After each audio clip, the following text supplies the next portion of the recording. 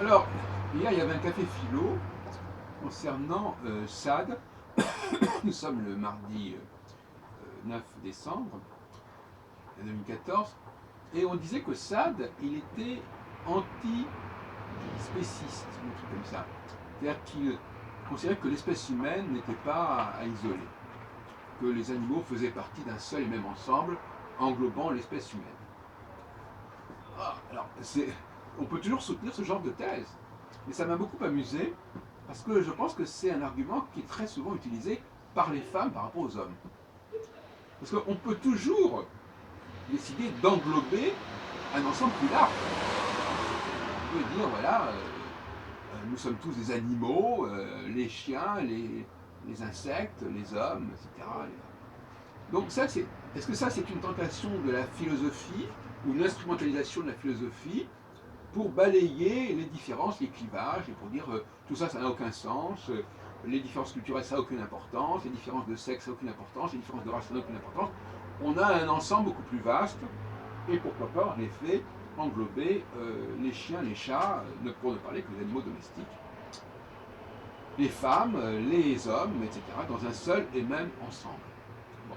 Donc ça, c'est une remise en question de la spécificité, 1, de l'humanité, et 2, de la spécificité de l'homme, Adam, par opposition à l'homme Ève.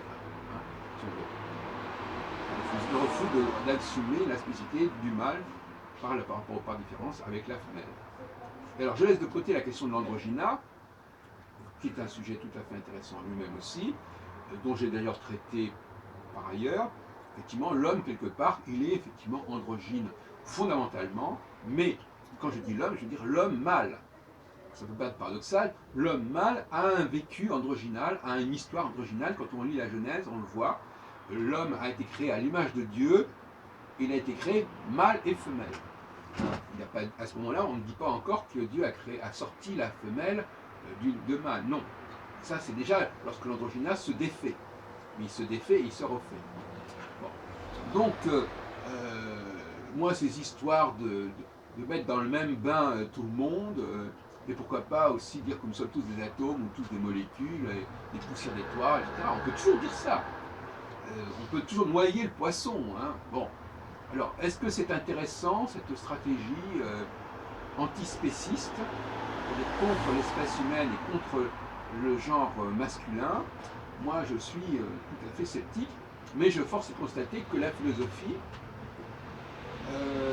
se prête à ce genre d'exercice.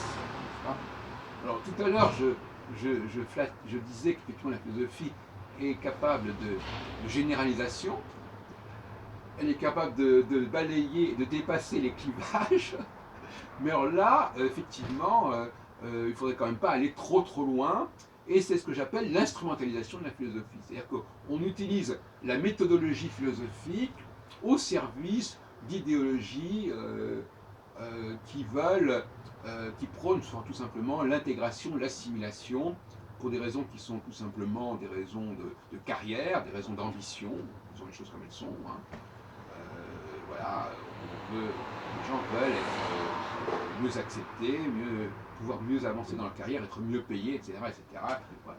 Mais bon, et puis cette fameuse idée d'être comme, voilà, nous sommes tous comme, nous voulons être comme les autres. Et le grand problème, c'est que, d'ailleurs je le distinguais déjà précédemment, ailleurs, c'est l'opposition entre savoir et pouvoir.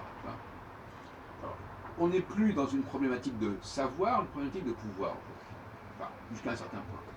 C'est-à-dire qu'il ne s'agit plus de savoir de quoi on parle, on ne fait que désigner des objets comme ça, ah oui il y a une femme, ah oui il y a un homme, ah oui il y a un noir, etc. Mais on ne sait pas ce que ça signifie. Ou plus exactement, ce sont des signifiants dont on va renouveler le signifié, et on ne s'accorde pas à ce qui a été le consensus concernant le signifiant en question. On ne s'intéresse pas au passé. On balaye le passé, on fait table rase du passé, et on dit, en plus, que tout ça, ce sont des synonymes. C'est-à-dire que ces différents signifiants, au fond, ils n'ont pas de raison d'être. C'est-à-dire que bon, le signifiant A, B, C, c'est du pareil au même, c'est du kiff-kiff. Hein. Voilà. Alors ça, c'est intéressant aussi, que au nom de la philosophie, on rapproche différents signifiants en disant qu'en réalité, ils sont partis d'un seul et même ensemble et qu'il n'y a pas lieu de les distinguer, c'est intéressant. Mais quand ça se fait au service alors, évidemment, il y a une idéologie de gauche qui voudrait mettre tous les signifiants, notamment au niveau de oui, c'est un animal, oui, c'est une femme, oui, c'est un homme, oui, c'est un noir, oui, c'est un blanc, etc. Tout ça sont des signifiants qu'il faudrait complètement. On les voit, on les capte, mais il ne faut pas en tenir compte. En fait, ils sont tous identiques, ils sont tous synonymes. C'est ce que j'appelle la maladie de la synonymie. Alors, il y a là, la philosophie, là, elle devient subversive, elle est dans le domaine du pouvoir, elle n'est plus dans le domaine, elle n'est pas du côté de la science, elle n'est pas du côté du savoir, elle est dans le côté du pouvoir, c'est ce qu'on peut imaginer. On peut imaginer cela, et le philosophe a le pouvoir de décider ce qui est distinguable et ce qui n'est pas distinguable. Voilà. Donc s'il décide que telle et telle notion, tel et tel signifiant n'a plus à être distingué, parce qu'on est quand même dans le plus, eh bien, on va décider que ça n'est plus à distinguer. Donc là, il y a un énorme pouvoir de la pensée philosophique qui rejoint la pensée politique. Le politique aussi a le pouvoir, non plus de dire ce qu'on doit dire ou pas dire, mais de dire ce qu'on doit faire ou pas faire, et d'instaurer un certain nombre de situations, de réalités qu'il va mettre en place comme une sorte de Dieu créateur du monde, qui crée un autre monde en parallèle avec le monde créé par le grand architecte de l'univers, etc., etc. Donc on a là la toute-puissance du philosophe, et je dirais même un abus de pouvoir, tout simplement, un abus de pouvoir qui est le grand problème. Le pouvoir, c'est l'abus de pouvoir. C'est celui qui, au nom de ce pouvoir, et grâce à ce pouvoir, et par le truchement de ce pouvoir, va vouloir, donc justement, comme je disais, décider quels sont les signifiants qui sont porteurs d'un même signifié ou pas, et il va donc comme ça remodeler le monde. En face de cela, il y a la démarche scientifique, la démarche historique, la démarche des sciences de l'homme, même la démarche journalistique à la limite, qui s'oppose à ce pouvoir, tout-puissant, qui disent non, moi je veux savoir, je veux décrire le monde, je veux comprendre ce qui s'est passé, je veux comprendre la genèse des choses. Je veux expliquer pourquoi on en est là. Je veux faire de l'archéologie, je veux remonter le temps. Je ne veux pas me projeter comme ça vers l'avenir, vers des lendemains qui chantent. Je veux comprendre où on en est, d'où on sort, d'où ça vient. Vous voyez, donc il y a une opposition entre science, entre le monde de la science et le monde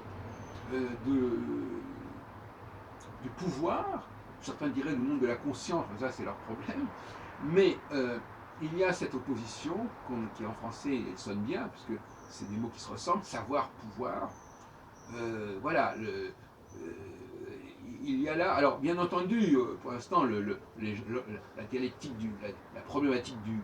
Et là, on est au cœur d'une problématique fondamentale en philosophie, que j'ai posée d'ailleurs hier au Café Philo, entre savoir et pouvoir. Il n'y a pas de problématique plus importante que celle-là, c'est celle qui traverse complètement notre époque, et qui est un enjeu majeur.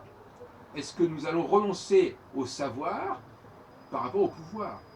En fin de compte, quelque part, on dira, mais non, qu'est-ce qu'on racontait? Au contraire, la science avance, etc. Oui, la science avance.